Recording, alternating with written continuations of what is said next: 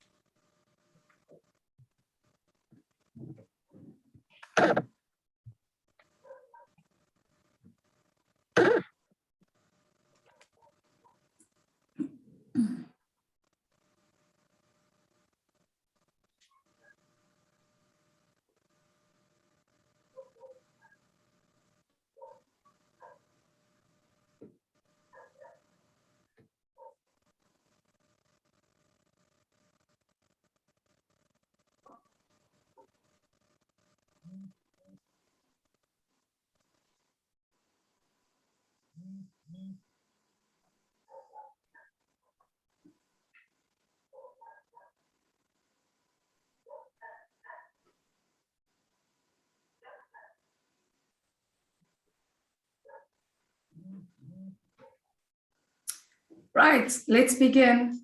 Good evening, everyone, and welcome to BMF Sandton's Women's Month event. I am Thobeka Hadebe. I'm part of the BMF Sandton Manco Education and Development. This series that we are running, Meet the Authors, is an introductory event to Sis Nolita Fagute. Today and nearing the end of the month, we're going to have Ms. Carice Anderson. The purpose of this event is to have an engaging conversation today on transformation and women being central to the building block of transformation. And at the end of the month, we're going to be speaking to women entering the workplaces. So it's going to be very impactful. We encourage engagement from all of you.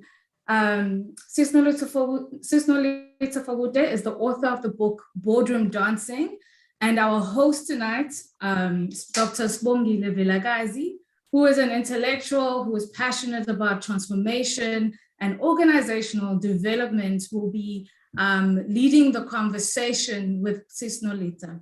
Over to you, Dr. Sibongile. Thank you so much, Thobeka, for that great introduction. And today we are sitting with greatness, in the presence of greatness. Sis Nolita, she needs no introduction when it comes to the BMF. We all know her very, very, very well. She's done a lot for the organization. And we've also been watching her career development over the years, and we've been in awe, literally, to be seeing her breaking all these barriers, corporate barriers that she's managed to break on our behalf as women, shattering all these glass ceilings that sometimes we seem scared to shatter. She's been brave enough to do all of that on our behalf, and helping us see that it's doable. It can be done. If she can do it, we too can rise to the same occasion and break them. So today's conversation, it's I know that the series is about Meet the Authors, and because she's an author as well, she's written the book Boardroom Dancing, quite a telling book about some of the experiences that our executives go through in corporate South Africa, and also a personal account of how she's gotten to where she is today, and what some of the things that have informed her growth and development. So it's really a great book that I think all Black professionals should be reading if you haven't read it already. So today we won't necessarily be talking about the book because we invited her before already to talk about the book. We unpacked the book and we went into detail about the book. And then after that, we had another conversation with Nyathi Mthethwa. You guys, some of you may have been there also. And then it for me specifically, it was really interesting to see such parallels in their lives and careers. and also some nuances that come in because of, well, my assessment was that they're because of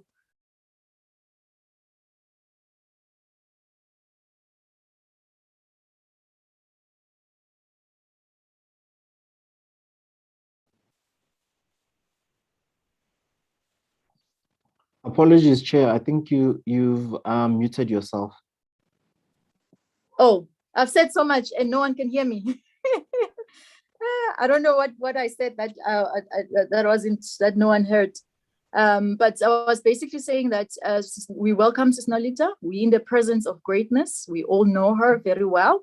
In the BMF, she need no introduction in the organization, and that's our current conversation today. It's less about the book, Boardroom Dancing, because we've gone through the book already. We invited her before, and we went into details on that book, on the book. So today we want to touch on specific aspects that she shared on the book, and also just her experience in all the spaces that she's leading in, and transformation broader.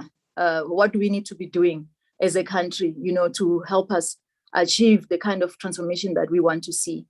Where have we gone wrong? I mean, the book goes into details. You can make your own assessment of what has gone right and what has gone wrong just by her sharing her own lived experience. It is helping us to gather some of those lessons to say, how do we move then forward as a country?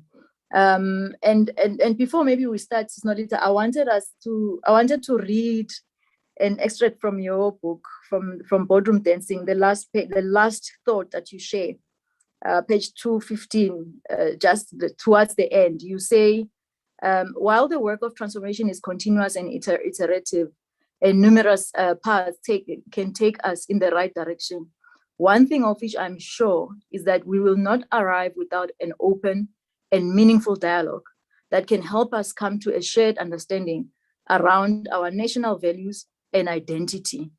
Different people will want to have the conversation for different reasons. But if I find the common and shared values that anchor that interest, then we are halfway there. It is about recognizing that that what we want as humans is not so dissimilar. And I want to start with that because basically this conversation today is that ask that you share as your last thought in the book, that let's continue having this conversation around transformation, specifically for us women, being Women's Month. When we talk about transformation, what does this transformation that we want to see for women in particular? Because as I've shared briefly about my assessment of the Mteto Nyati's book versus your own experiences, that there are certain nuances that may help women to define what success is for themselves, but also there's also defined societal norms that shape what success should be for women. And at some point, women will have to find a way to, to be comfortable with both the personal understanding of or aspirations of what you want for your life, and also what is expected of you from a societal norm. And I know in your book, Sis Nolita, you share a lot about some of the personal negotiations that you've had to make as you've been growing in your career, particularly your role as a mother. And most of us grapple with that as women, balancing that, the need to advance our children and be supportive to our children, while we're also supportive to ourselves and our own needs. So maybe before I go on and on, because I can just go on and on. Because I've been frantically trying to unmute, but eventually I think I am unmuted now. Yes, no, you are. No, thank you so much for honoring us, for being here. And maybe just as a kick-off. Maybe before you go in there, I need to make some responses to your comments. Okay.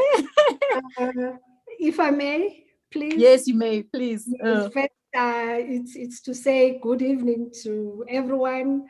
And for me, I am particularly excited to be invited always by the Sandton branch of the BMF, because That's one of those that I know I was personally involved in forming many years ago. I think it was 1996, 97. But what I wanted truly to say is, Mongile, to you and to everybody who has invited me, and also the kind words that you are sharing about me. I am a child of the BMF. I think people need to get that into their heads. I am a child of the BMF. I joined the BMF in 1996, 1995, or somewhere there. It tells you that I can't even recall the time. But it was the second year that I started working in after 1994, because I started working in 1990. And BMF became my home in Cape Town, and that is where I grew up. And so anything that I do and whatever I do out there in the world, I always know that my home and the people who helped mold the person that I am today and the woman that I am is also the BMF over and above my family. So I just wanted to say thank you very much. And I'm really grateful for this invitation and your kind words. Oh, thank you. We are really honored. Your humility is also one of the things we aspire to also develop, because you are very humble for all the achievements that we've watched you accumulate. So thank you so much. And we are in such greatness, really. So maybe to kick off, Sis Nolita, can you just share like your recent achievements that we've all been, like in awe watching that, oh my God, the first president of the Minerals Council, it's like, wow, how did that happen? How did it come about?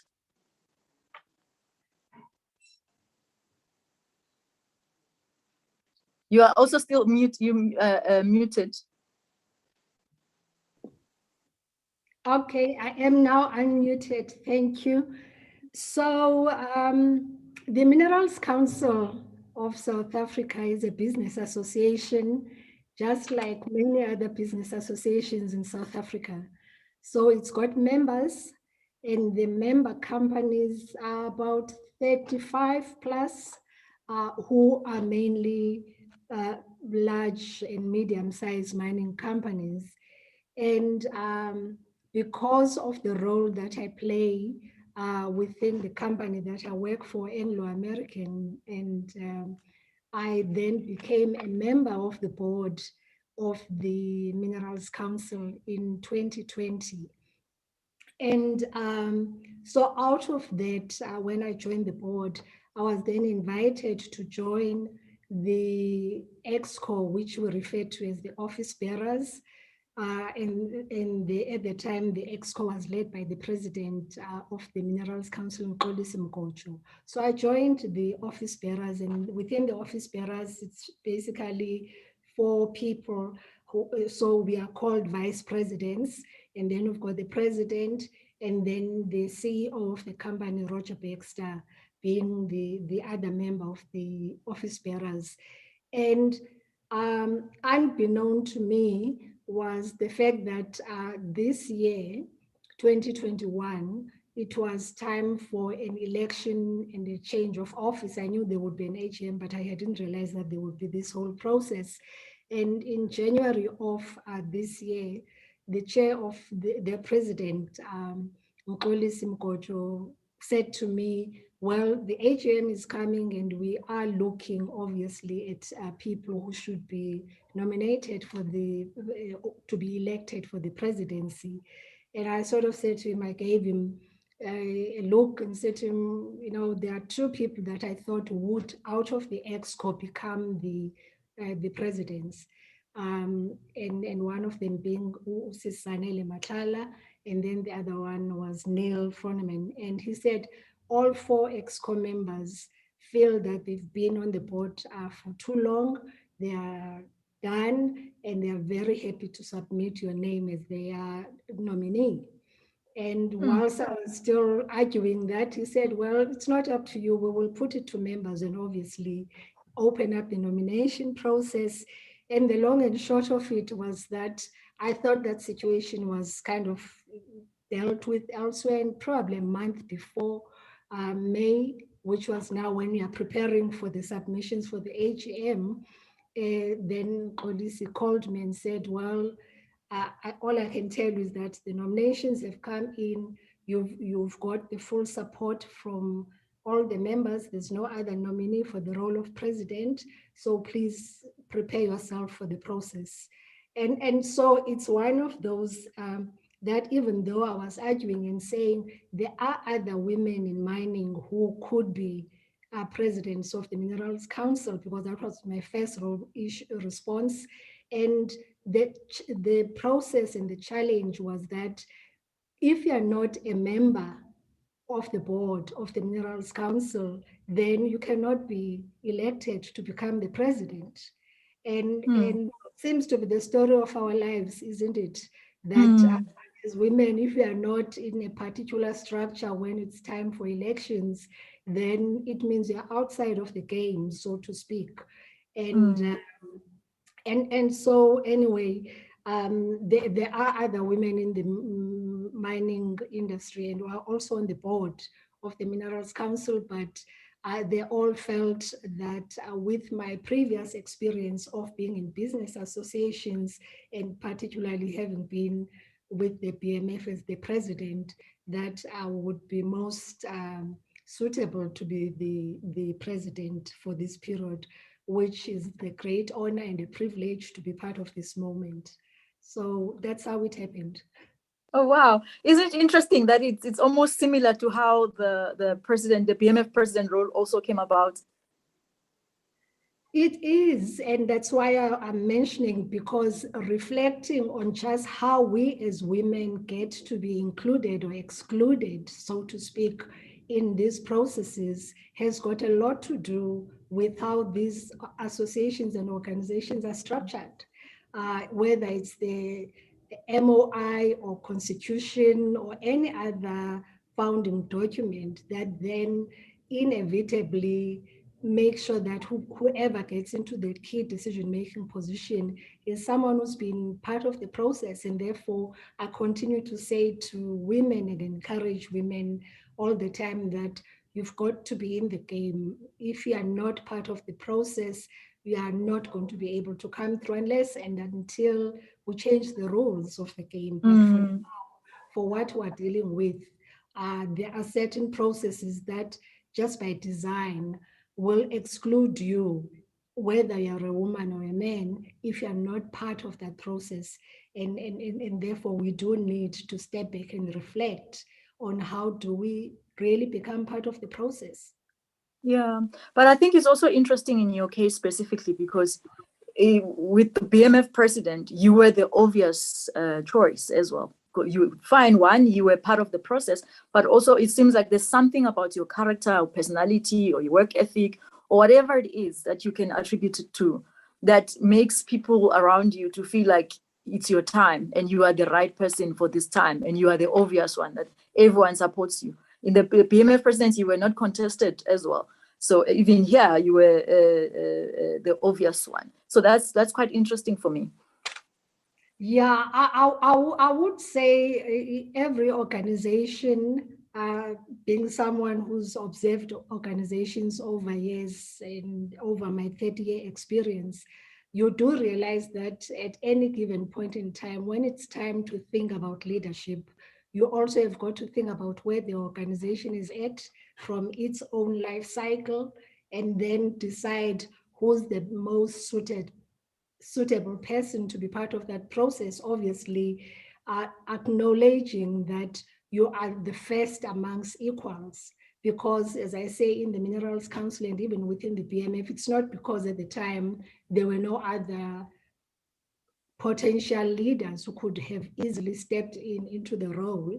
And hence for me, I always say, when you are a leader of organizations like ours, the BMF, and even the one that I'm referring to, you know that this is an organization where you've got the CEOs of top 35 mining companies in the country. So any one of them can be the CEO, but just in terms of where the organization is at, strategically and operationally and everything else. You've got to look for the candidate that you all believe will be the appropriate one to take you to the next step. And I think it's a combination of issues, including your own personal experience and expertise. And as I say, in this instance, not only have I been in industry for more than 30 years, I have chaired a mining company before when I was with Sasol Mining. My first non-executive directorship role ever way back in 1997 was with Harmony Gold Mines.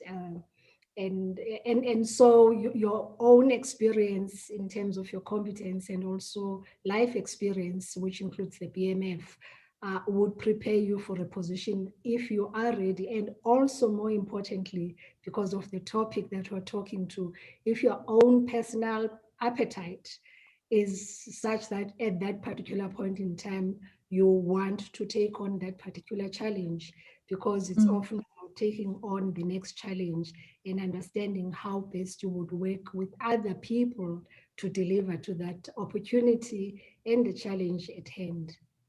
Yeah, and I guess for something that the women who are here right now can take out is that raising your hand once sometimes is enough, because one opportunity will then start opening other opportunities. The struggle is really that first opportunity for you to get in, because of what you are saying now, the structures that are designed such that you have to be inside in order for you to be counted. So for women, just make sure that you avail yourself for that first appointment.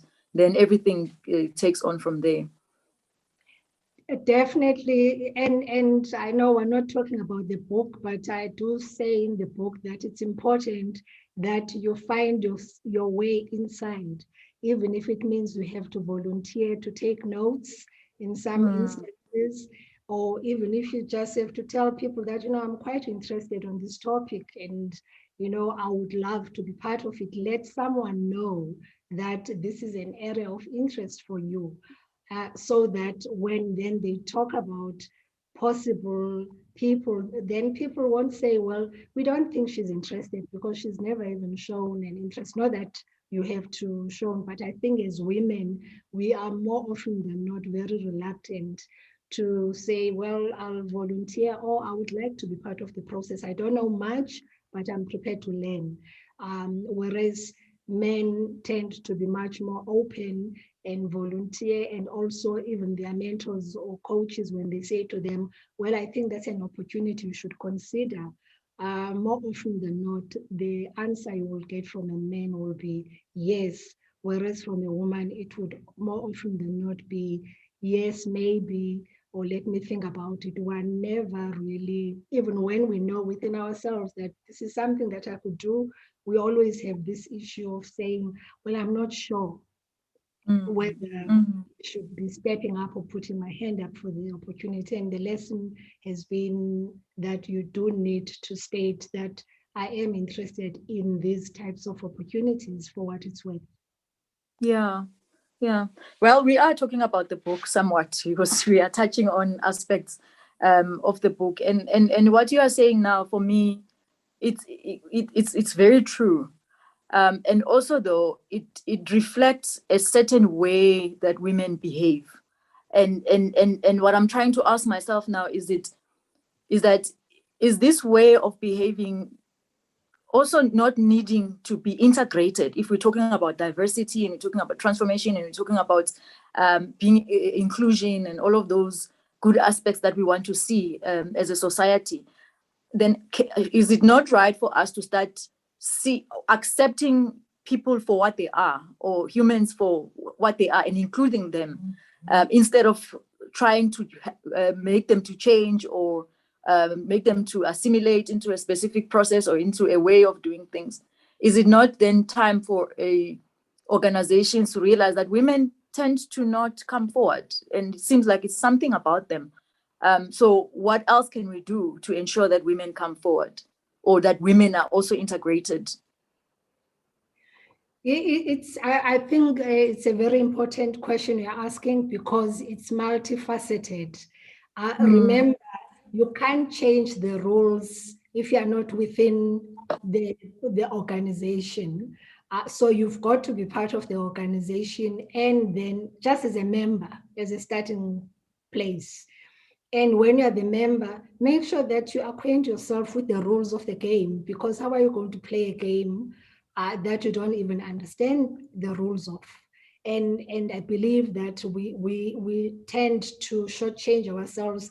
When I'm saying we, even women, but I think generally most people come in and they're there and you don't fully appreciate what is at play within that organization. How do leaders get appointed? You get into a company, you see an exco, you have to ask yourself the question, how do people get to the top position in this organization? Who gets promoted? What are the values that are supported within this organization or institution? What is the profile of a leader within this organization? Because you definitely would have joined the organization because there's something that resonates with you around the value and the purpose of the organization. And also for us as women, we also want to know that you can make a difference and that there's meaning in what you're going to do. And therefore you get in there, and if you see, this is where the diversity and inclusion issue comes in. When we come into these roles as women and as Black people where we were previously excluded, it's important that we ask the question, where are the Black people and the women? Why are they not part of the process? So that then you can be able to help change the status quo or help influence the process of inclusion and help to move forward the transformation agenda. Because if you come in and you don't familiarize yourself with the rules of engagement and what is at play, then you're not going to be effective. You won't be an effective change agent, because what are you going to start changing if you are not familiar with how actually within this particular structure people get to move? And also you challenge, and you'll find that when you ask those questions, where are the women, where are the young people, where are the people who are not represented on this particular boardroom, you will get an answer, but you will also get some people around that table who will start reflecting on what you're asking and actually help them also with the situation of, okay, we actually didn't think of it that way. We need now to see how do we go through this. It's the same thing around the debate within the academic institutions. How do people get to become a dean or head of faculty and so forth? And if you are inside and you understand what are the requirements, and if some of them just do not make sense, you are able to start pushing back and also working with people who are outside to say, how do we change the status quo in a way that then advances the empowerment and inclusion of diversity in its broadest sense. Yeah. And I guess what we are saying is the importance of having pathfinders such as yourself, that you do need some of us to be on the inside in order for them then to influence for some of those changes. And would you say that that's the role largely that you've been playing in these roles as a pathfinder?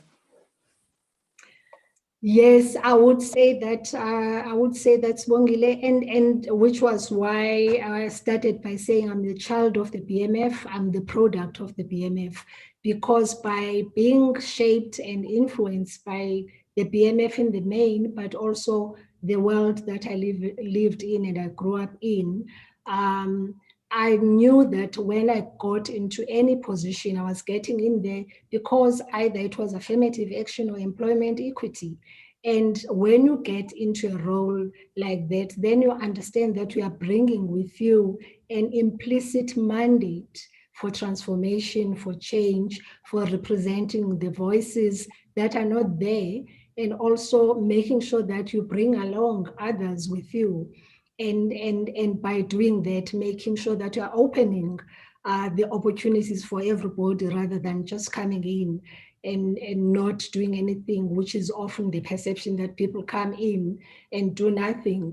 For me, part of documenting our transformation journey in the book was to help people understand that throughout all these processes, you have different enablers. You've got the regulatory framework that enables you to come in just to get your foot in the door.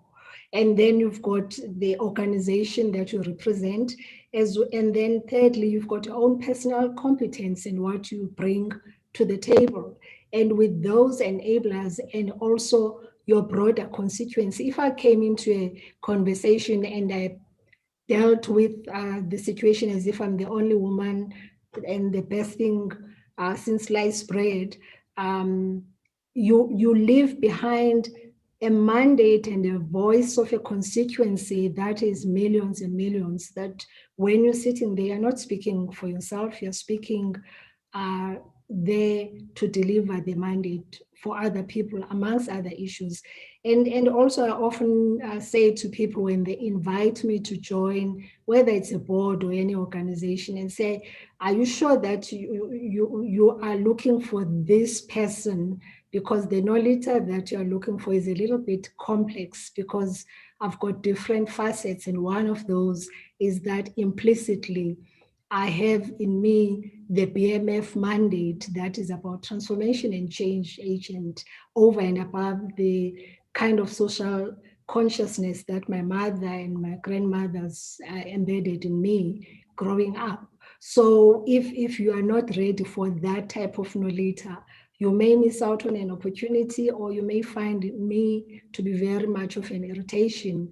So it's an open understanding of who you are as a person, what to bring to the table, and also over and above that, how can my engagements and my being part of an organization help to move further a particular agenda around transformation in South Africa and our context in South Africa in terms of what we need to do for transformation and social and economic transformation is something that if you're a Black person or a woman, you are not fully understanding of that.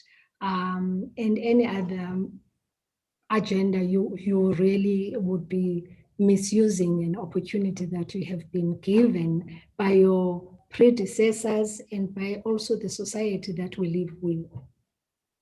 Yeah, yeah, and that's such an important role, that when you are as you say, raised by the BMF, it almost becomes part of your DNA, because you are conscientized to know that every opportunity you receive, you must make sure that you share it with someone.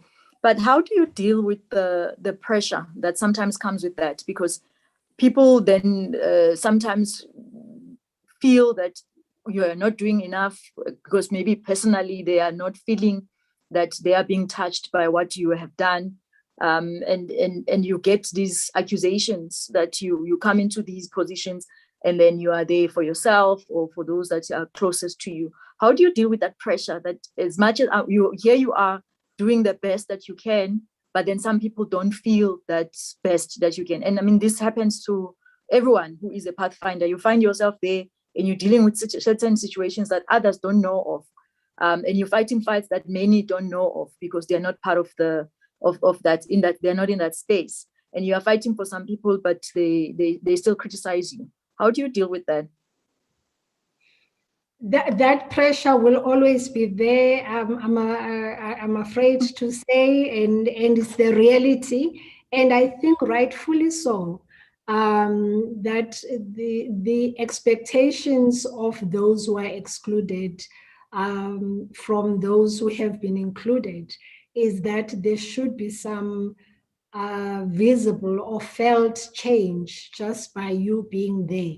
And I agree, it may not be changing the world immediately, but there are certain areas that you as a person have got to be focusing on as you come in. I always come in knowing and understanding what's within my circle of influence and control versus what's in my circle of concern. And that was one of the lessons I learned quite early on out of the Stephen Covey 7 habits of leaders, because to even think that I would be able to change the world or any institution and everything is impossible. But coming in and understanding what is one that is for me very important from a transformational agenda. So the issue around race and gender is very important, unapologetically so. So I will always ask the question, where are the women, where are the Black people, and where are the young people as I'm getting older?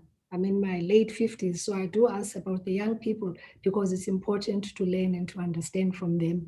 So that has got to be clear. Also, you've got to be clear what are the areas that you can identify allies within your organization and also externally to support you within that agenda, because coming in, there will always be people who support you in the organization, who want you to be successful.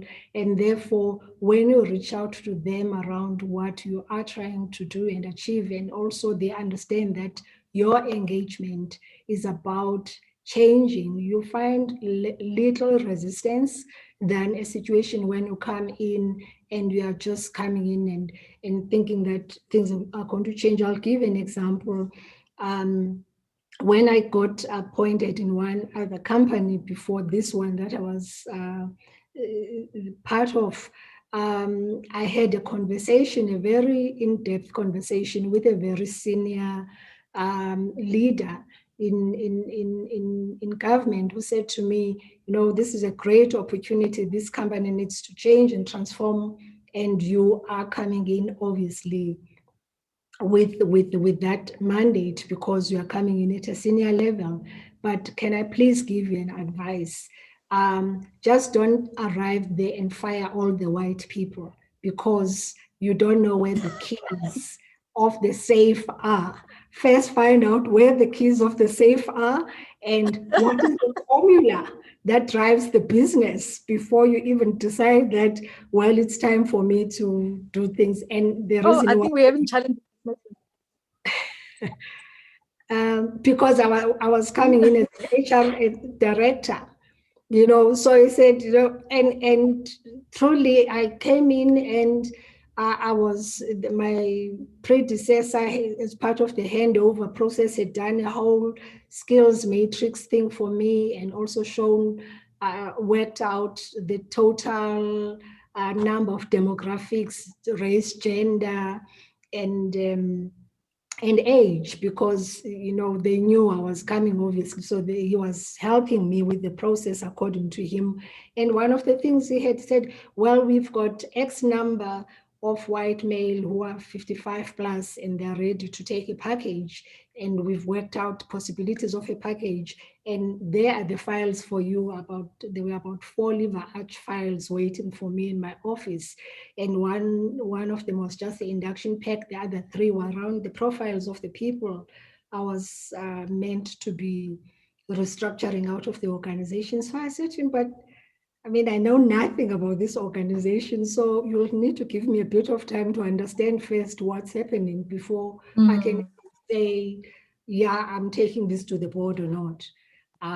Just now, you are taking the whole team out that is running a very crucial part of your operation without understanding even where the rest of the skills lie. But the other extreme was that in the same organization, I then said, I want to meet with the top 30 Black people. And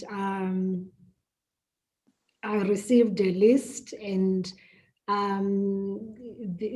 because you go by levels, obviously, in an organization, and there were about 5 people in that top 30 list that I was given, only 5 Black people. And I said, well, this is not going to work. Give me top 30 women.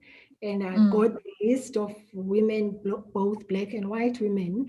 And when I sent out an invitation to the 30 people to come to meet, and it was to meet and greet, I got probably 5 responses. The rest were people who couldn't make it. And when I went back to check why, because I was looking for dates and all that, they all had gone secretly to their line managers to say they didn't know why I was calling a meeting for women and Wow. for Black. They didn't want to be seen as causing trouble. Remember, this was 2000 and 5. So they were really uncomfortable. So I had to go to my boss, the CEO, and say to him, can you please send to your colleagues a message saying that I would like to meet these people and have a conversation to just understand who they are from a career perspective, because as the head of HR, I'm trying to understand the talent and the pool that we have internally. So you would go through those processes, and as long as you are clear with your focus and you are clear with the goal and you understand that the rest of the team around you are clear about what needs to be delivered, and also you continue to engage with people, time will tell. Only time will tell, truly. Yeah, interesting.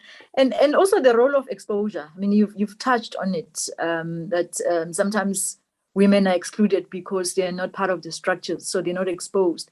And even in the book, you talk about throughout the book, actually, you talk about how you were to some extent exposed from leaving your small town where you were raised to go to boarding school, where you got exposed to diversity, essentially people from other countries, that helped to broaden your mind.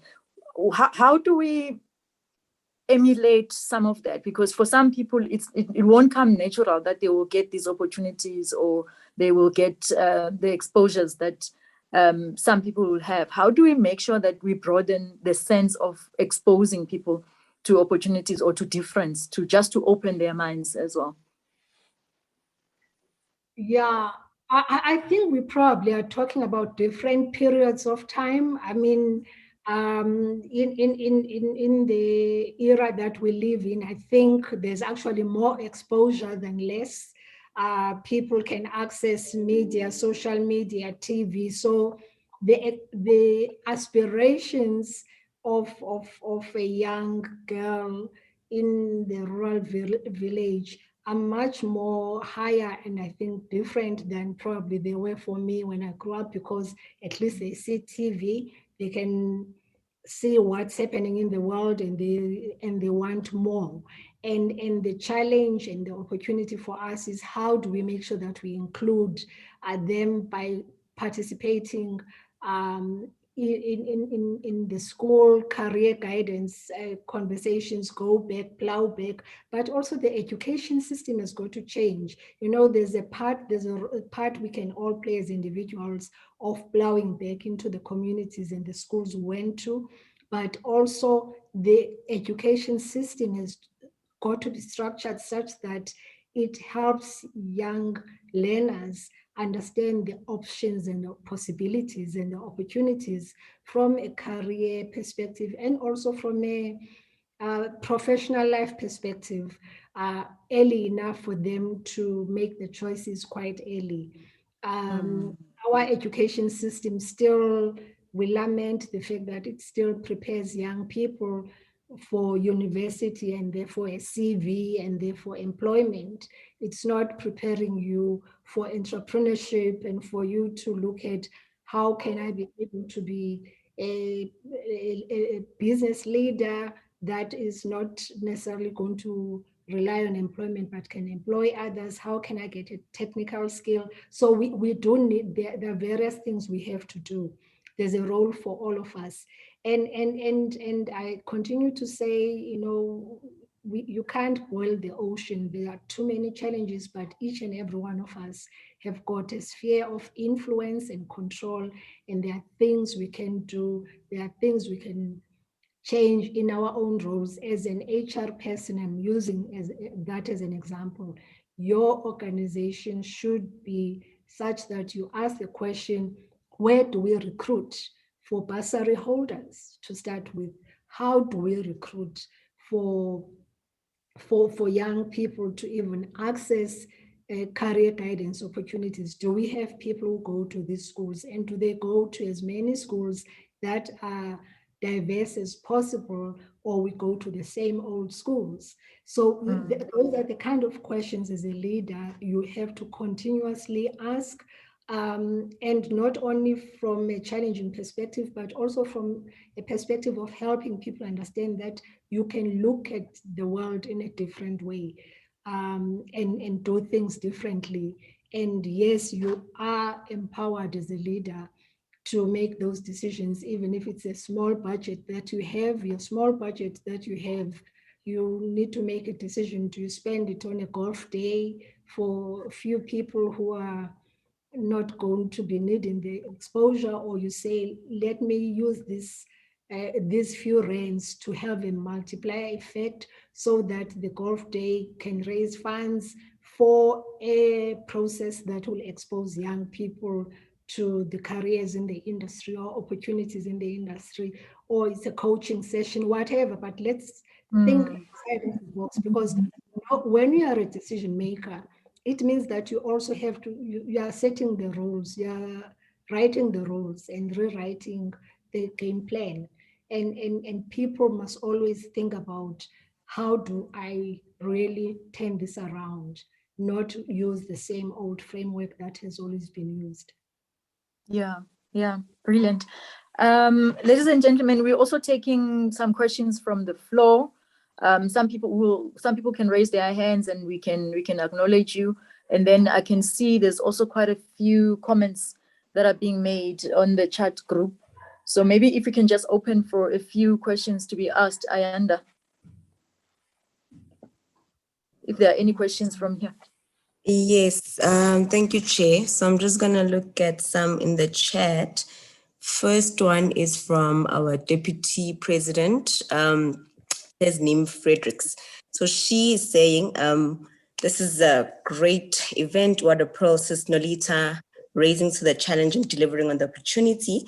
She'd like to know her thoughts, or Mam Nolita's thoughts, on whether she feels that women have a bar that is raised higher than a man. So a kind of invisible barrier. That's what she'd like to know. Yeah, thanks for that question. Should we take another one? Maybe three, just so that... Yes, all right. So I'm not gonna go on the comments. And then another one, with regards to young people, how should they get involved? Where should they start? This is from Risho Ketso. So how do young people get involved? And then the last one for this round, just go down. How can women be enabled to thrive, be supported, and at the same time, protected from the countless barriers at various levels of employment, including executive and leadership positions? This is from Zodu Mongiti. Okay. Thank you for that. I'm sure you got them, Sis Nolita. Yes, let's try that. And if I miss out on anyone, we can go back to that. The first one, thanks a lot, Deputy President Tasneem, for that question, because it's something that on an ongoing basis and throughout the decades, one continues to ask, why is it that women are not rising to the leadership positions at the speed and the pace that we see the other groups, specifically men, rise? And definitely the invisible bar is there for women. We do know that when you're a woman, when you're a Black woman in particular, and in our South African situation, we used to even talk about the triple oppression of, you're a woman, you're Black, and you probably are coming from a disadvantaged background. So you've got a lot stacked against you. And you are therefore not expected by society to be a decision maker. So there's the unconscious bias that is there around women and around Black people, but in particular about women. Imagine someone saying, I want to talk to the boss of the mining company. They're not expecting to see a woman who's African, who looks like me and who talks like me, and on top of that, who may not even be a minor and wearing a toque on top of it. So it's kind of like, I'm still waiting for the post. So the unconscious bias is there. So we've got to acknowledge it and realize that it's there in all areas that we operate in and deal with it for what it is. And that's why organizations have got to be conscious around changing those mindsets and also unblocking those blockages. The leaders, they have got to openly talk about the fact that there is the discrimination and the prejudice that comes out of that unconscious bias purely from a gender perspective. But there's also other barriers that are there that, as I had mentioned earlier on, either it's self-imposed, the women themselves start second-guessing themselves, and the rest of the other women, because of socialization around that particular environment, will be the ones who do not see the value in a particular person. And the danger, and often it's a challenge that women face and Black people face in situations where you are in the minority. Instead of looking at how do you support each other and coach each other and help develop each other, because no one is perfect, you start looking at saying, oh, so-and-so is wrong in these and these areas, and therefore you throw the baby with the bathwater, rather than saying, how do we work on the individual strength and mitigate the weaknesses? Because men will come in with a lot of weaknesses, but people focusing on their strengths and help mentor, coach, and support them accordingly so that they eventually rise up to the occasion on a particular job. So those kind of barriers do happen, and we have to be conscious and alive to them and be in a position where we're able to say, how then do we support this individual to grow and develop to their full potential? The third part around the organizations is that, as I had mentioned earlier on, just because then you don't have the appropriate person or enough people within your immediate area doesn't mean that there are no other better suitable candidates within the broader network. So cast your eye broader. Don't just say, well, if it has to be Sibongile, then no, it can't be, because then Sibongile is this representation of what is good or what is bad around women.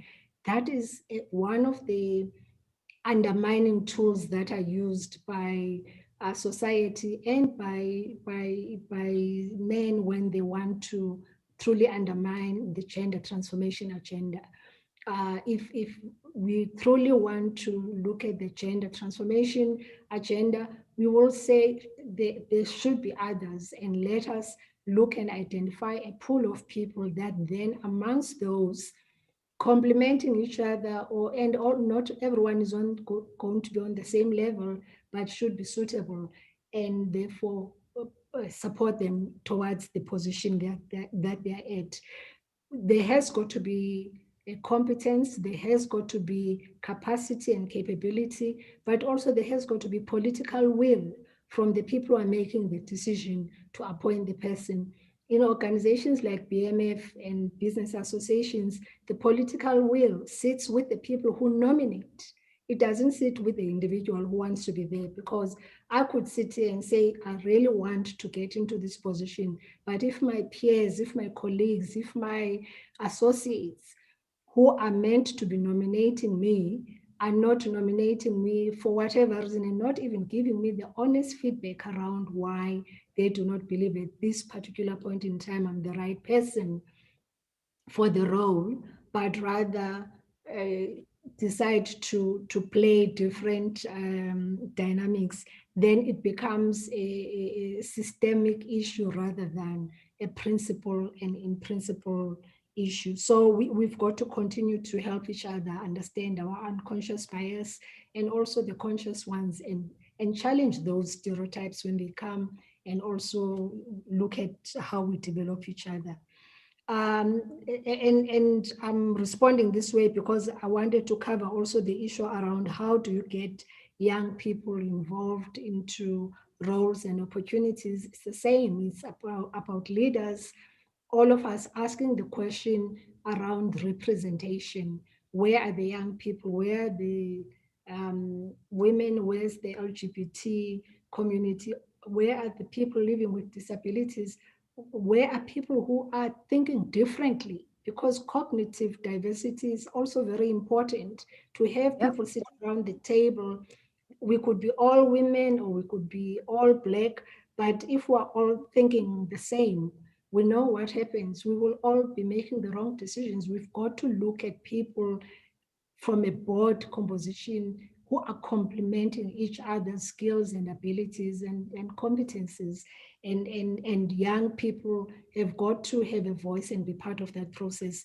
How you get started, volunteering, being there, take the notes, get yourself there and truly make a difference where you believe you are able to make a difference, including in the community, including in churches, in schools, in NGOs, to eventually get yourself ready to participate. Because by the time you get to be ready, or the other people at least are ready for you to deal with you, you would find that you know more than most. And how we protect women and make sure women thrive, it's making sure that the organizations that we lead have got values, are anchored in values, and the culture is a culture that nurtures and embraces diversity. And diversity, as I had said, in all its forms. It should be a culture that then also it's clear what the policies are in the organization, from not only a diversity and inclusion perspective. Do we have a sexual harassment policy? Do we have a policy on bullying, harassment? There are all sorts of other tools you can have, which are actually going to complement the external regulations and legislative framework that we have. And as leaders, we've got to put the resources in the organizations that we're part of to make sure that not only do we have policies, but we also have processes that help support the colleague when someone says, I believe that I'm being victimized, or I believe that I'm being bullied, or I believe that I'm being discriminated here. And the system and the organization has got to support you. So I believe that there are all those tools there, but we have to also have the women in organizations become part of these networks. In our organization, I found something that I found there at Anglo American, and I believe it works in some instances, but we still need to work more on it. We call it workplace network groups. So you've got the women support group, I'm calling them women support, but it's a women group. And then we've got the LGBTQ group, and you've got people living with disabilities, you've got the youth group, you've got all those particular network groups. And because each one of them have got their issues around how they believe the organization enables them or doesn't enable them to live to their human potential the best way that they know how to. Yeah. Thanks for that, Sis Nolita. And I thought it's interesting when you speak about the unconscious biases, because one of the things I noted from the book, when you describe your grandmother, you say she called the shots as if she were a man. And I noted that it's interesting that we associate power to being a man, as if she were a man. And those are still some of those biases, that we have, that we see the world through. That if a woman behaves in a certain way, we liken it to, and sometimes you ask yourself, what happens then if a woman is calling the shots like a woman? What does that look like? It wouldn't be interesting.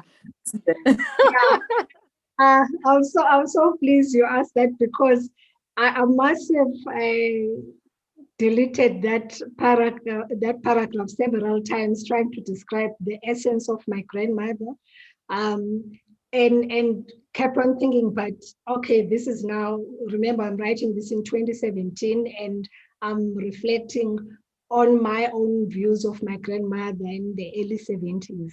I thought it's not appropriate, but if I'm talking about the journey and the transformation, this is appropriate.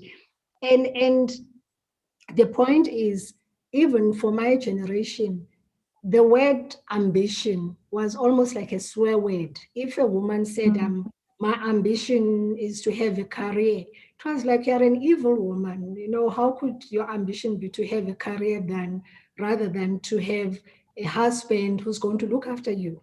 You know, so the word ambition was not put into our DNA.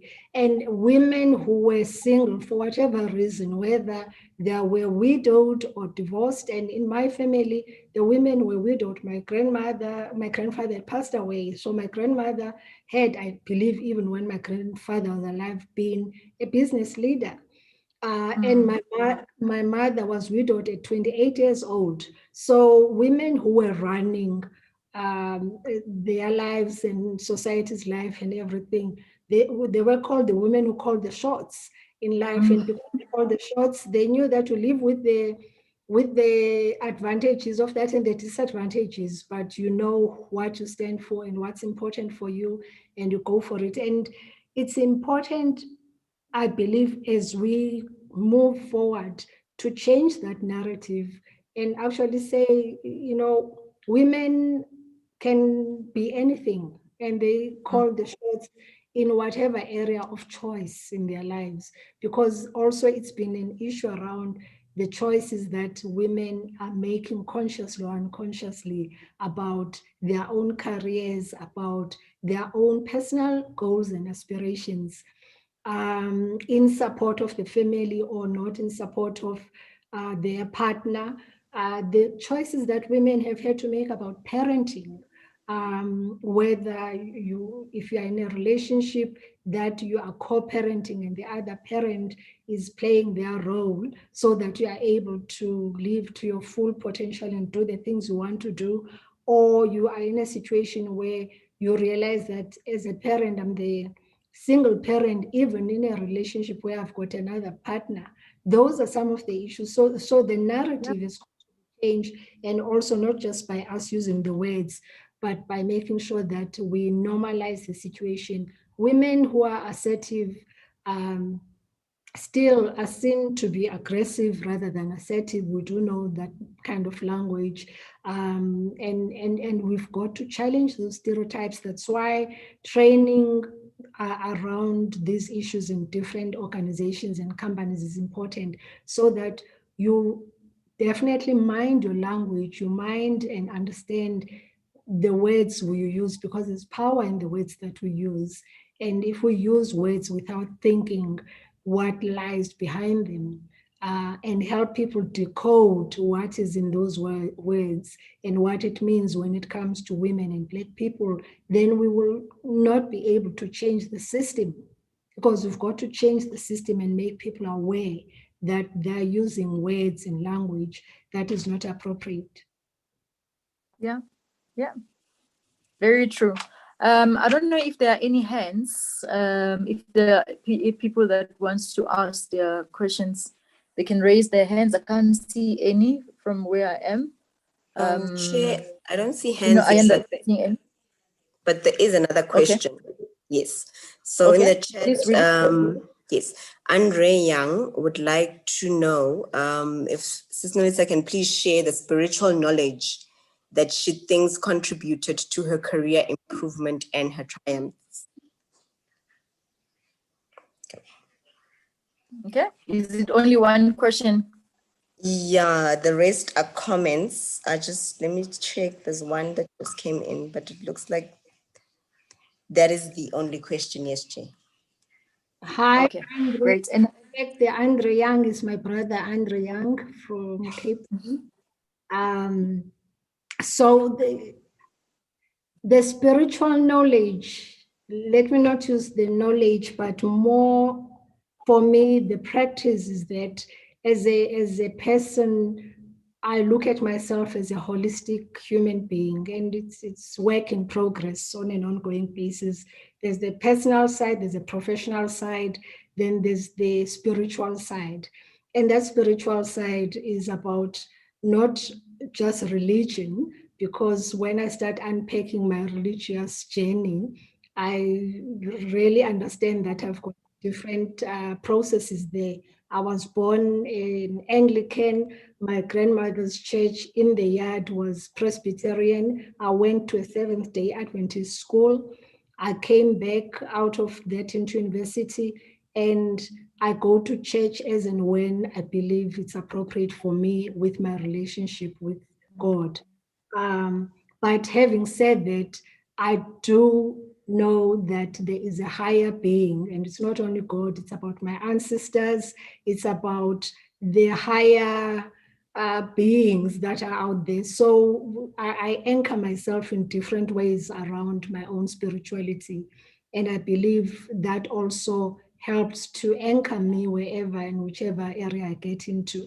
Also, having worked with people from different backgrounds and religious backgrounds, I've come to accept and realize that, you know, we all have got different spiritual and religious beliefs and practices, and all these contribute towards making us who we are as individuals, and also acknowledging that we are part of the broader plan in the universe.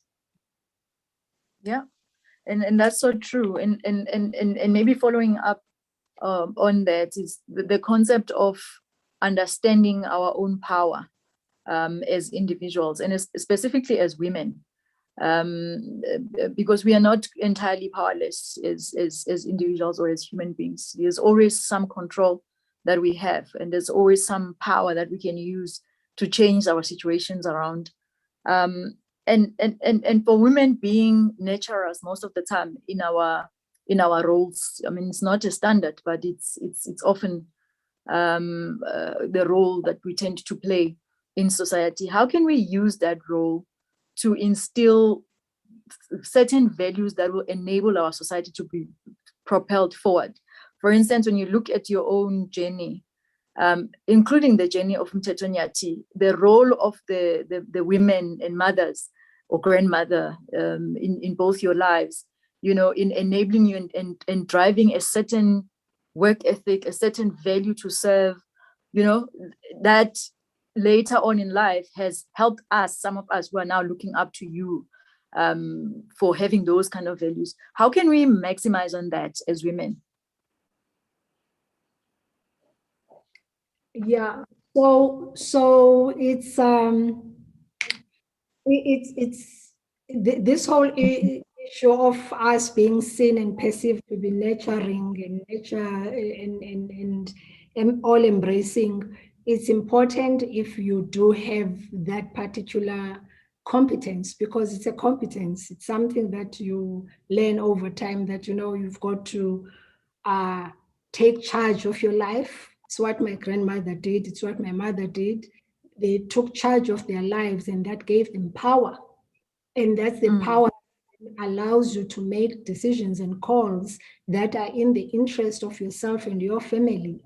And if someone is doing something that you believe is going to harm your family or is not going to support your family aspirations, as a woman, you step in. And that's why in different languages, in the favorite one that we have is Meotswara Tipakabuhaling, which is a one that the mother, if she has to, she will hold the knife on the sharp end of the knife to protect her children.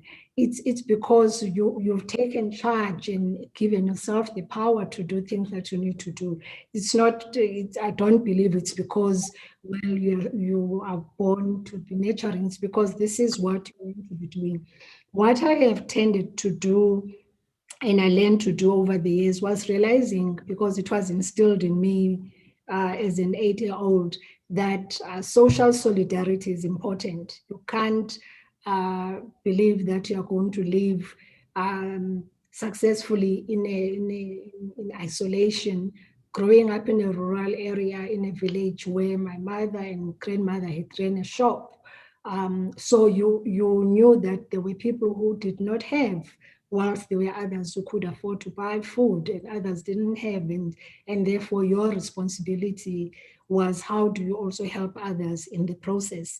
And also secondly, as the firstborn daughter in my family, we all know we have firstborn daughter syndrome in all cultures.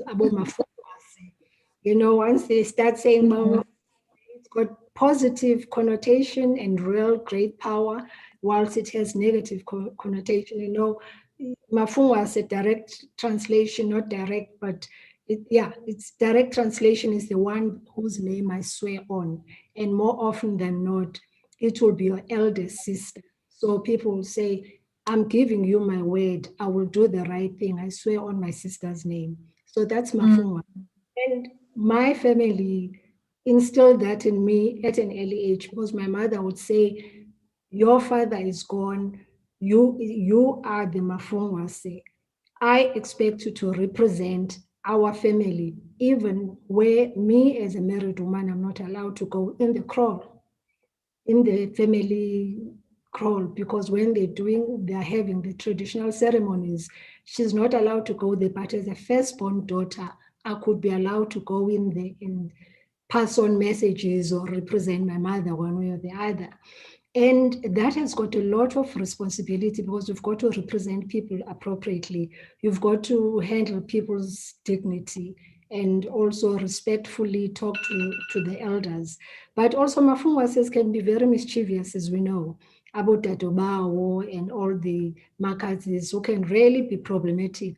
Instead of being the glue that unites the family, they can be the people who really cause problems in the family. So for me, the firstborn daughter syndrome and how I use that for my own power to be able to influence and change environments, whether it's at work or in another professional situation. I say, if I'm here as the firstborn daughter, what would be the expectations that are expected by my community and my family from me representing everybody else? And there's a lot of responsibility that comes with it.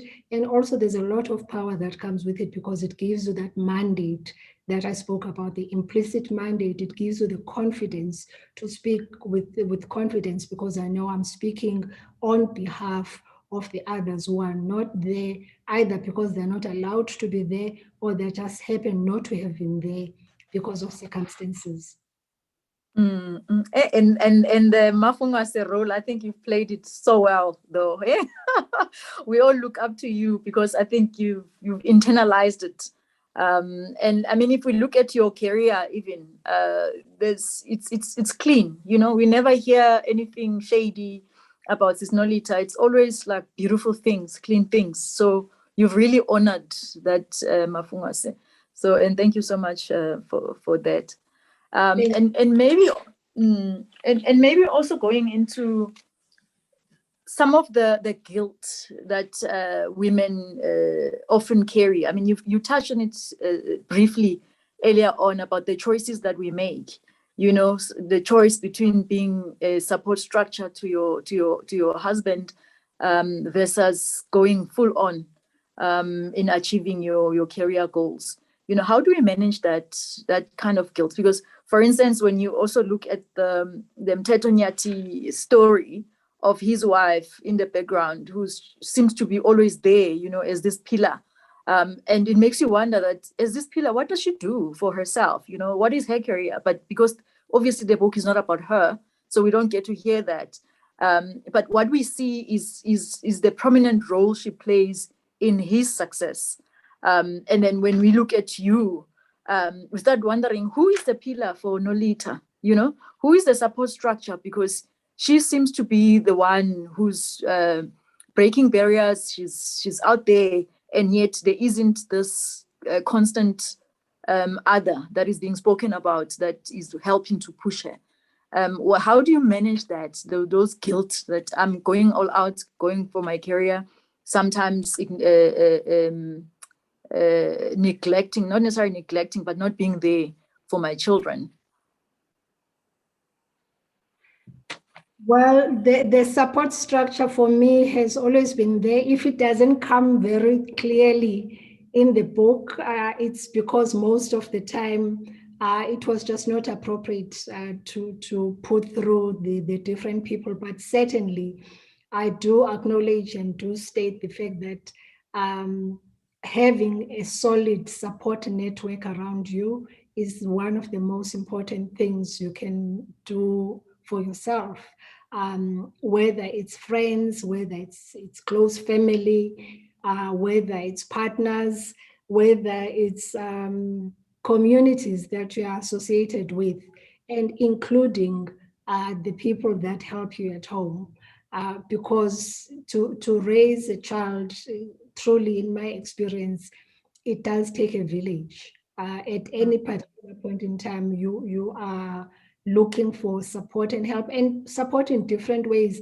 I've got family friends whom I knew that if I wanted my son to understand how a family unit works, that works positively, I would make sure that he spend more time with, and that family was there for me. And when it was time for my son to know that my mother can be this healthy, crazy, party person, he would get to know and understand that and be part of that. And he knew that there were BMF people and uncles and aunts who were there from the BMF. So that support structure is important. But again, it comes back to that whole issue of saying, as an individual, know who you are and also what anchors you and who anchors you. Because at the end of the day, we all have, whether we are married or not, we have our own board of directors, physical or imagined, where you say, if I'm looking at someone for spiritual support, I know which one of my friends I go to. If I'm looking for someone who's going to tell it to me the way it is, I know who's that friend or who's that sister. If I'm looking for career support, I know who is that sister who's going to say to me, you're just wasting your time, So sister, brother, friends, I have them, and that's my board of directors, and I continuously and it's not a one-sided process. You give into relationships and you get something back. It's not a one-way process. You give as much, you get as much as you give into any relationship. And I've been very fortunate to have had all those relationships throughout my entire career, including with my ex, because I do talk about it, that he was a present father and still is a present father. But more importantly, my in-laws, who I talk about, sister-in-laws in particular, who have been a solid presence in my son's life, making sure that when there are family functions and get together, they had allocated themselves as to who would be looking after him in my absence, because now I was no longer part of the family. So it's that whole support structure and network that we have to understand and be able to not only leverage but also nurture in as part of your process.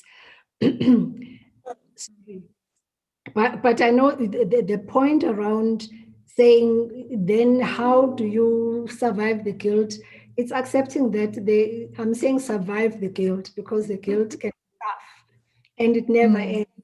You've got to accept that life, it's about work-life harmony rather than work-life balance. We were taught that there's work-life balance. I don't believe that exists.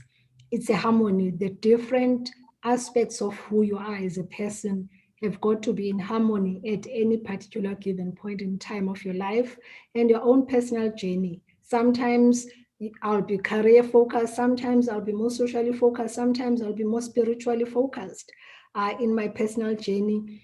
And that gives me the peace of mind, that anchors me, that gives me harmony in terms of my life. Do I look back and have issues that I think, shame my child, I do. But then on the other hand, I then realize that I may have made a really bad mother if I had made certain choices so just to become that kind of a mother. So the choices that I made, I live with the consequences and the responsibilities and the advantages and the disadvantages of those choices and decisions. And I'm just grateful that I came out of a family and a mother who always inculcated that on you, that you make your choices and you live with the consequences. Yeah, period. And all choices have consequences, Good. good or bad. It's very true. I don't know, Ayanda, if we have any other questions or even the comments, you may read them, because I saw some of them were really nice comments. Yes, Chair, there are 3 more questions and then I'll go to the comments. So one question is, Manolita, have you ever had to change not what you say, but how you say it because you are a woman and you are not expected to be as direct as men or to take control like men? And the same thing would be said for your male counterparts the same thing wouldn't be said because they are male. So do you think that women may need to change their character to adapt to the work environment? So that's the first question. So it's 2 in 1. Okay. And then there was from Ushonelwa Nkomo, from Anona Malinga. How do you transform the old mindset in the corporate world, taking into account the 4IR? That's the second one.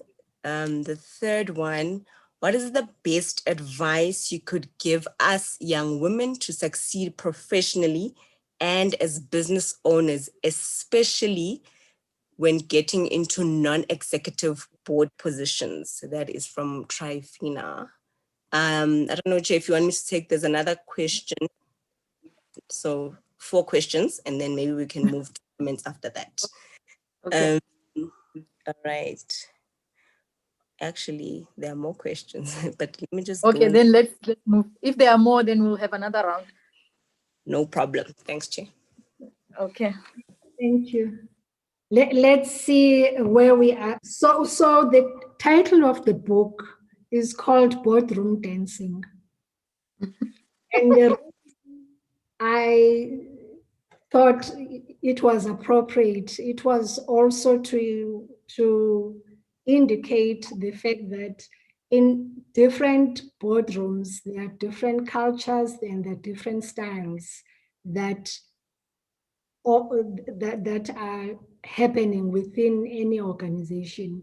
And with boardroom dancing and ballroom dancing, ballroom dancing, you either have a waltz or you've got a cha-cha-cha, or you've got all sorts of different types of dances now that I can't even recall. And each one of them is right for the right music, for the right conditions.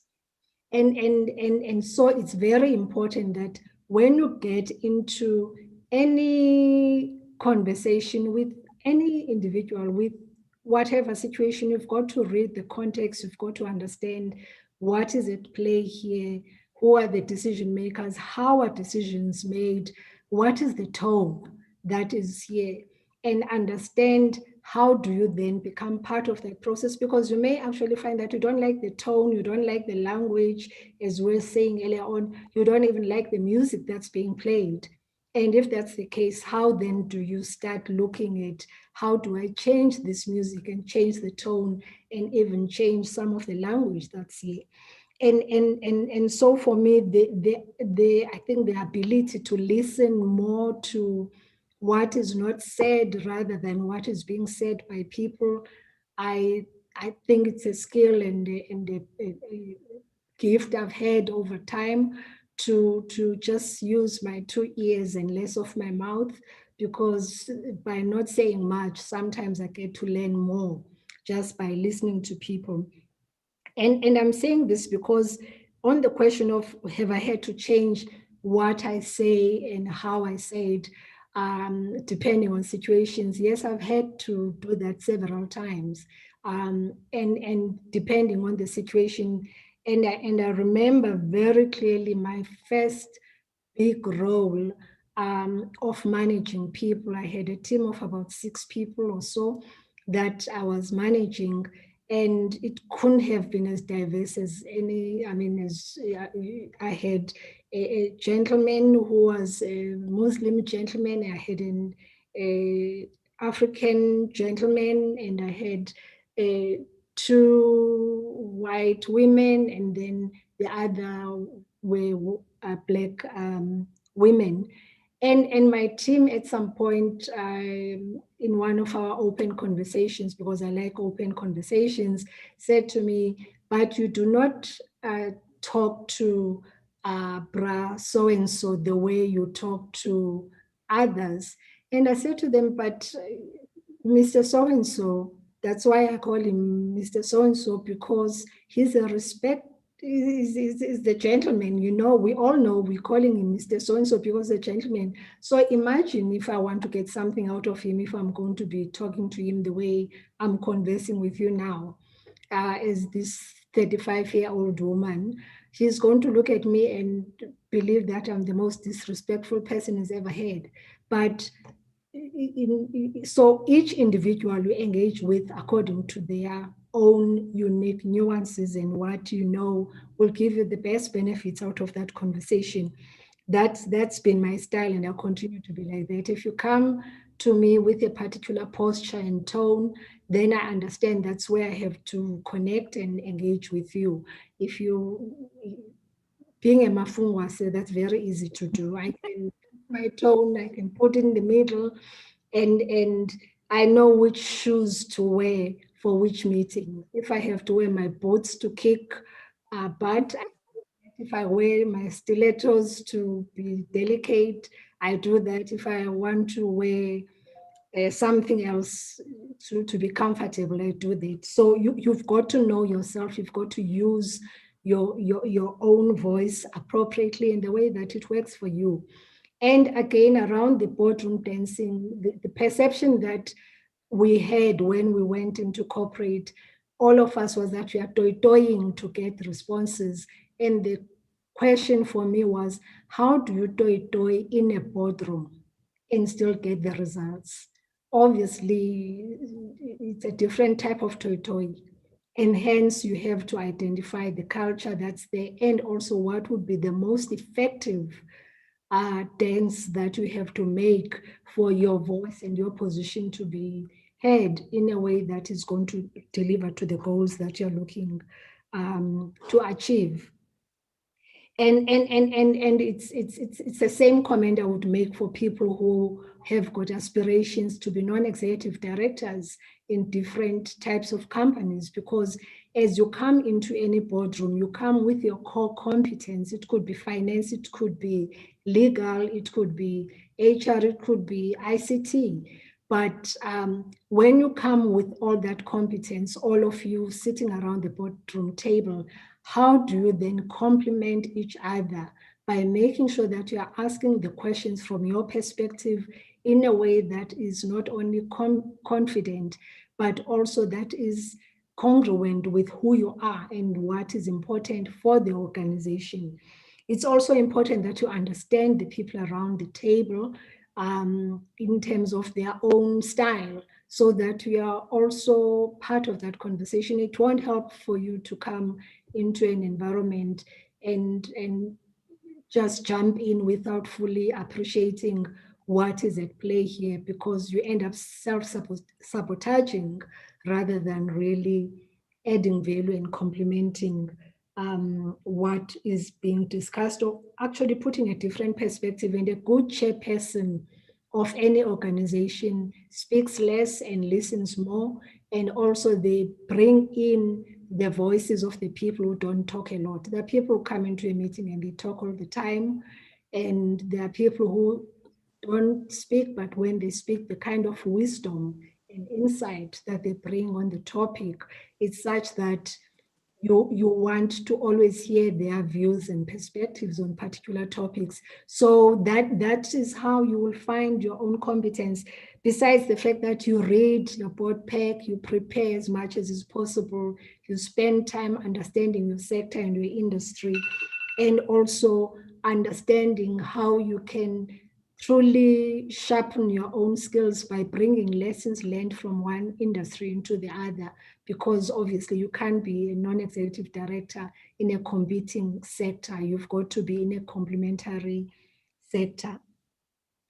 On the corporate mindset around the fourth industrial revolution, I believe that the private sector, at least within the industry that I'm in, mining sector, there is more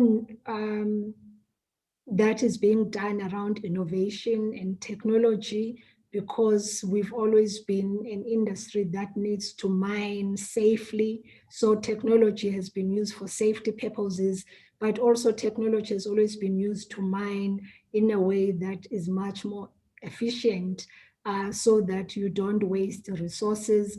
Mining is expensive. You don't want to waste electricity and other resources. And now with ESG, fourth industrial revolution, innovation technology is going to be even much more crucial, and companies that will fast forward into the future are those that put technology and innovation at the core of their business, and also make sure that the employees get to have the right complementing skills to be able to operate and survive within that particular environment.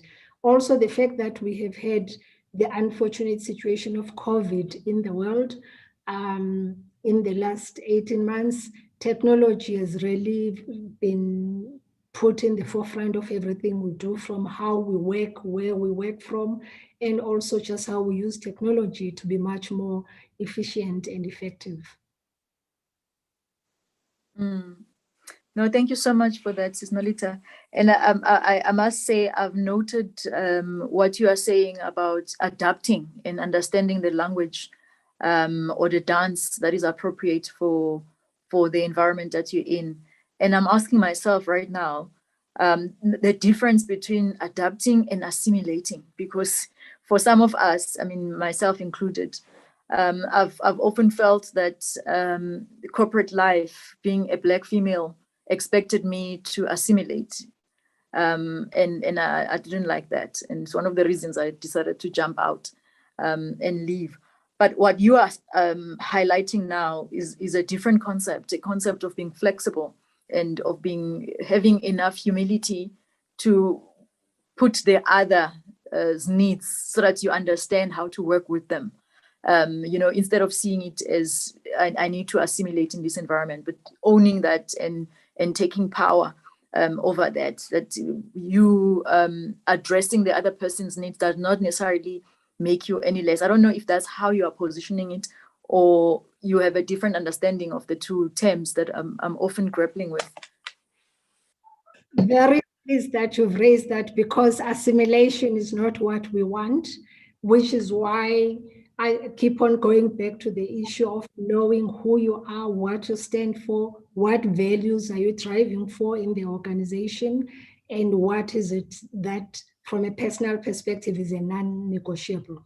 Because if you don't understand who you are in those issues, then it's very easy to be assimilated. So I'm the context of, once now you have been brought in, remember I said earlier on, someone invites me or you to come onto a board, they know what skill they are looking at.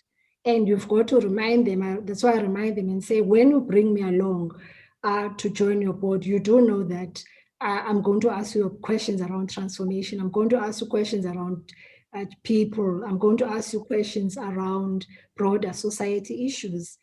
And if you understand that, then it means then whereas we are having this dance, it's not because I'm adapting to your dance. I'm now saying, let's have the conversation, but in a way that's going to give me the outcomes that I'm looking for, not because I'm relating to your dance. And earlier on, I did say you have to understand the rules so that you can be able to change them from within. Because if you do not understand the rules, then you are going to play the wrong game or dance the wrong dance when other people are having another conversation. So it's a comprehensive approach. assimilation, and again, that's why I've mentioned earlier on the issue of unconscious bias training within organizations being important. Because if people that you are engaging with do not understand their own unconscious bias around women and Black people and young people, then you are having a conversation with a brick wall. They do not understand where you are coming from or even why you find a particular issue offensive. And I don't have to tell you that what you're saying is offensive if we have had the conversation before around unconscious bias.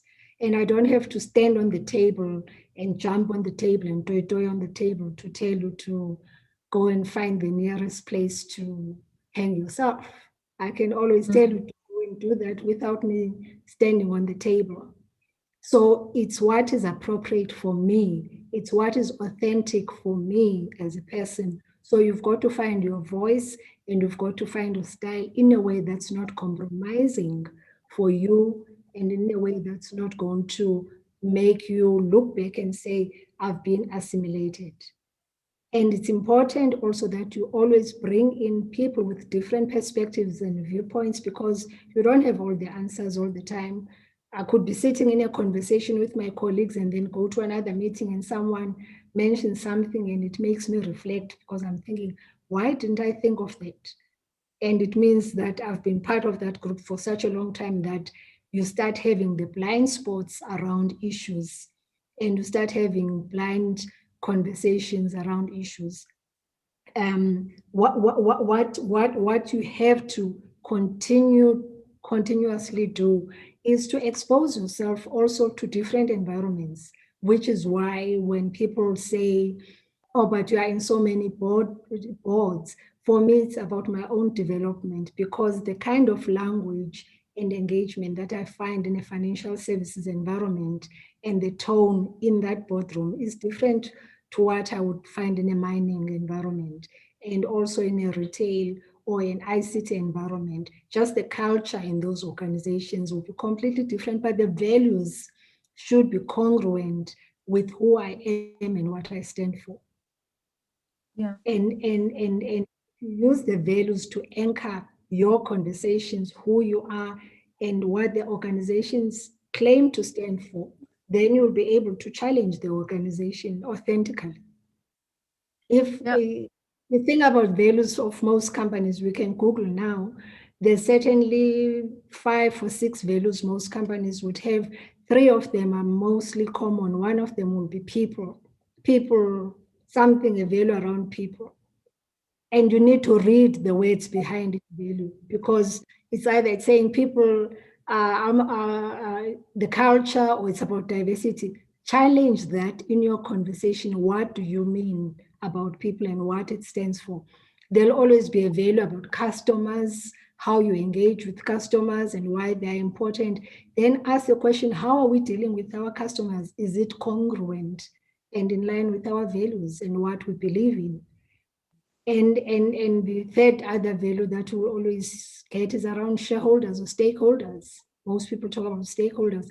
Challenge those. And this is where you have to continuously keep yourself in check, but keep the rest of the people around the table in check as well, in terms of, are we living and leading based on our values and what we stand for? Yeah. No, brilliant. As we move towards a close, maybe let me just ask direct questions around the transformation agenda that we've been on as a country. You know, how do we start being more deliberate in including more women, instead of having the one woman, the first woman, such as yourself, you know, and start bringing more women at a time? How can we do that, if you have any ideas? And also, Ayanda, you can prepare if there are any other questions coming up. Maybe it's the last round towards our close. But for I would like you, Sis Nolita, to answer that one, just a direct question. How can we do it, like, practically? So practically, we've got so many pieces of legislation and rules in the country. I don't necessarily think that on employment equity and MB and all these issues that we can even do better than that. What we have to be deliberate about is about monitoring execution and also setting targets appropriately so. We stayed away from setting targets as a country in all areas of transformation, and we know where that has led us 25 years later. We have underperformed even on our own self set targets by just from industry to industry, where we have targets that may have been there. Some of them, it's a leaking bucket syndrome where you still are sitting at 25% achievement of a particular target, but when you look at it, it has not moved or shifted in years because we have not been deliberate around it. So we've got to ask the question, why are we not seeing those changes? And it's back to the issue around the culture, the enabling culture of organizations, which is why I was really excited when I saw that the Department of Labor, through the ILO Convention 190, has also adopted that as a best practice and guideline, because that's around prevention of bullying and harassment and victimization in the workplace, because those are some of the barriers that are there that stop women and Black people from achieving their careers. People's careers are cut short because of the kind of structural harassment, sexual harassment, bullying that's subtle or not subtle, and all sorts of other victimization that happens if you are believed to not to be the person who is aligned to what the bully is trying to get you to achieve. So execution has got to be monitored, and organizations like the BMF and many others, externally and internally, have got to monitor the numbers. We've got to monitor those. And if anything government can do, and I'm hoping even on the area of procurement, which is a big issue for all of us as a country, when now through this the national plan of action, there's a 40% set aside for women, not transformation, procurement, because those are the targets, some of the targets that basically should have been in place long time ago. Black men get procurement contracts, but women either have a 5% stake or 10% stake in a big contract. And if women do not use the legislative framework to empower themselves, then as part of pushing for what's there, we've got to monitor and really, where we know that we're not achieving what we should be achieving, call it out for what it is. Yeah. Barometers. I know there's an organization that we've started as Women of South Africa, calling it Women of South Africa. And one of the things we're advocating is that the barometer, that we need to have monitoring tools around these targets and initiatives that we want to see. Challenges that we have many initiatives and many things that we pronounce around advancing women, but we don't see where it goes because of its lack of monitoring. So I agree fully on that one. Ayanda, do we have any more last round of questions and then comments before we close? Yes, Chair. So one question is, can Nolita please share as to how she got into her first non-executive role as a director? Because the person who wrote, let me just read it, they're saying they don't see posts for non-executive directors. They just see normally from government. I just want to get to it. Yeah. So it's from Unondumis. So she says, can she please kindly share on how she got to a non-exec, especially her first opportunity, and how does one get invited as a board member, as she's never seen adverts other than for government. So that's the first one. And then the second one is, how important is networking in advancing growth? And this is quite a specific one. What are the platforms one can leverage safely in the mining industry? So that's from PT.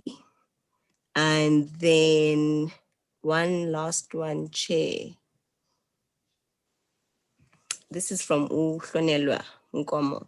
Thank you, Manolita. If you are expected as a woman not to say much, even though the person who invited you knows the person you are, what can one do in that case? Okay. Yes. Thanks, Ayanda. The second one, I didn't get the platforms safely or what. Can you please read that one? No problem. So just go back. Apologies. No, not at all. Okay.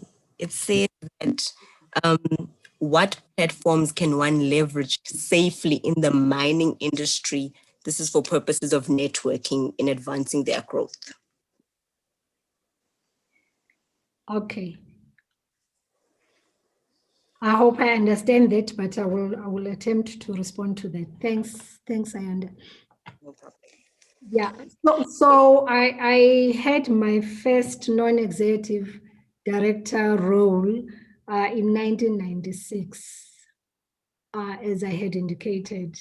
And I was approached by a search company for that particular role, and went through the process.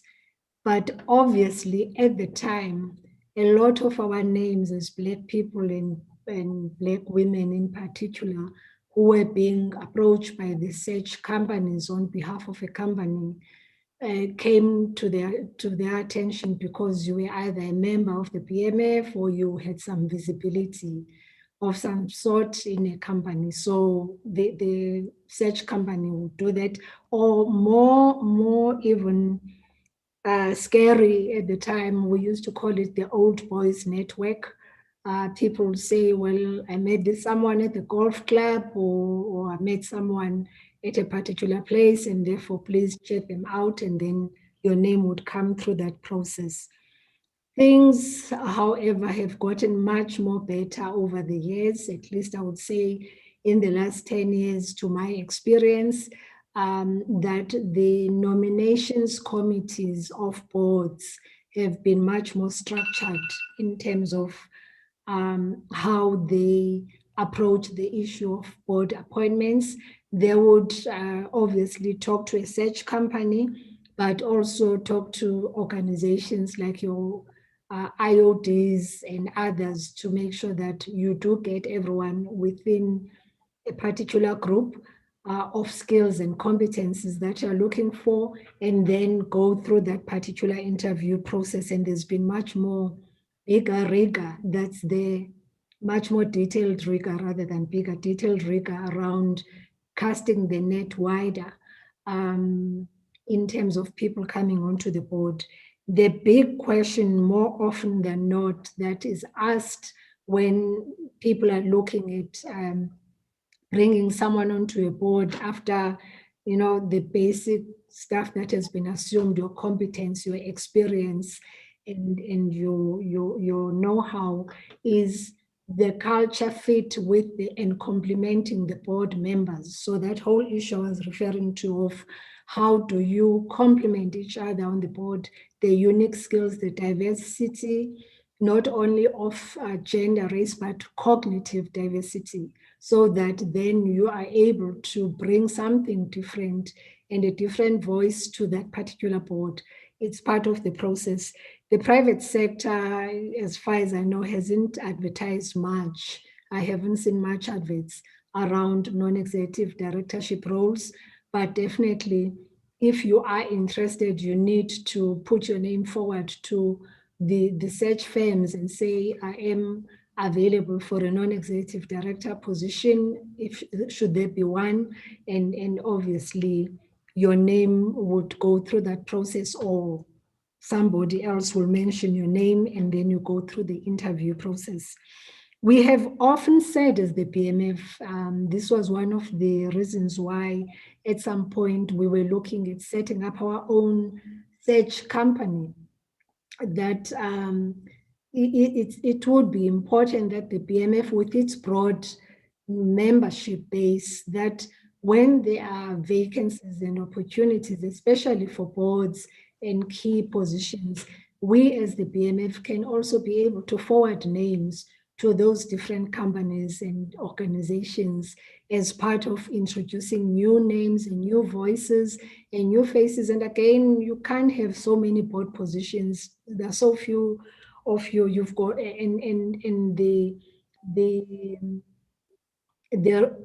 expectations and responsibilities of being a non-executive director are such that your fiduciary duty requires for you to have less rather than more. So we've got to understand where do we find other people that can come and serve on boards with the appropriate experience and the appropriate skills, obviously, to get in there. What I also have observed is the fact that if someone aspires to become a non-executive director, you've got to truly have one key area where you're a subject matter expert, because there may be a vacancy in a board, but most likely it's going to be a primary requirement would be we are looking for a skill, say, of a chartered accountant or a lawyer with, let's say, competition law experience, or a HR person who's got experience in remuneration. So you've got to understand in your own area of expertise where you are a subject matter expert, so that you are able to demonstrate that this is what you bring as a complementary skill to what is being required within the board. IT skills at this point in time are some of the skills that are mostly required by most boards, because again, not a lot of people are out there are digital experts or digital natives, as they used to call them. I'm not sure whether they're still called that, but you don't need people who are going to come onto the board without conflicts of interest, because if your primary business is, let's say, recruitment, and you serve on a board of a company that is in recruitment, you've got conflicts. You can't be in that same organization. So you may have to look for a position in an ICT company or in financial services or another environment. So you've got to understand the value you bring and also the subject matter expertise that you provide as part of that board. The other question around Shonelwa, the question you are asking around someone expects you to say something or not say something, I'm not fully clear about that, but again, it's understanding. I would first, when someone invites me to join, whether it's a group or a board or an organization, to understand why they are looking for this particular skill from me. Because once you get inside the board, especially within a board, we all sign the so-called CM27 form, which makes sure that from a Companies Act perspective, you all have an equal voice and also have got a fiduciary responsibility to state your position. So if you get into a board after being appointed and you are there being manipulated by someone or intimidated by someone not to speak up because they brought you in, then you are actually at risk. You are risking your own legal responsibility as a director, where you could eventually be put into a situation where you are a delinquent director because you've made decisions that were inappropriate because you were influenced by somebody else rather than being an independent thinker. And most of us, especially in these organizations like the BMF, do not like independent thinkers. They want people who think the same as they are. The minute that they think that you are an independent thinker, then people sideline you and they don't want you to listen to your voice. You've got to know that you've earned your place by being appointed there the right way and then challenge appropriately as you see issues based on principle and also based on your competence and your understanding rather than dealing with personalities or individuals. You've got to really use your voice appropriately with respect, with authority, and also with clear information and background. People need to have the right information for decision making. Platforms that you can leverage safely in terms of in mining, there are many associations, women in mining associations that are there that you can join. I can't think top of mind, but we do have in different sectors women in mining, women in industry, and those associations, if you are part of those, Junior Indaba, and others that you can be part of, if I'm understanding how the question is being framed. Unfortunately, I may not be getting it correct. I think you got it correct. Thank you so much, Sis Norita, for that. We've come to the end, I think, of the session. We had scheduled it for exactly 2 hours, and I think for me, what my key take out from the session is that as women, we must just put ourselves out there. You know, raise your hand once, and the rest will be history. You'll keep on getting more opportunities, and to a point where. Why are they always going for the same individuals? It's because they allowed themselves to raise their hand once, and because of these environments are structured in certain ways, if you are part of the structure, automatically you will be looked at if there's an opportunity that comes up. So put yourself out there, become part of the structures. And I think it speaks to our organization as well at the moment, the BMF. You know, we are saying that 45 years later, we've only had you, Sis Nolita, as the president, and it's not right. So even ourselves as an organization, we are at that crossroad where we are asking ourselves that what is it about our structures that keeps reproducing a certain gender, and that needs to change, and we must look at that as an organization and start putting forward more women. So I'm really excited and happy about this conversation. I think it was very fruitful. Personally, I've learned quite a lot. My mind is changed in many things. And I see some of the comments. I don't know, Ayanda, if you can read them just as a closing, some of the, not the questions, but the comments that are expressing gratitude as well, that people have really gained from the session. Yes, Chair. So there's one from the BMF Gauteng chairperson, Mpho Oseka. She says that we celebrate you, Sis Nolita.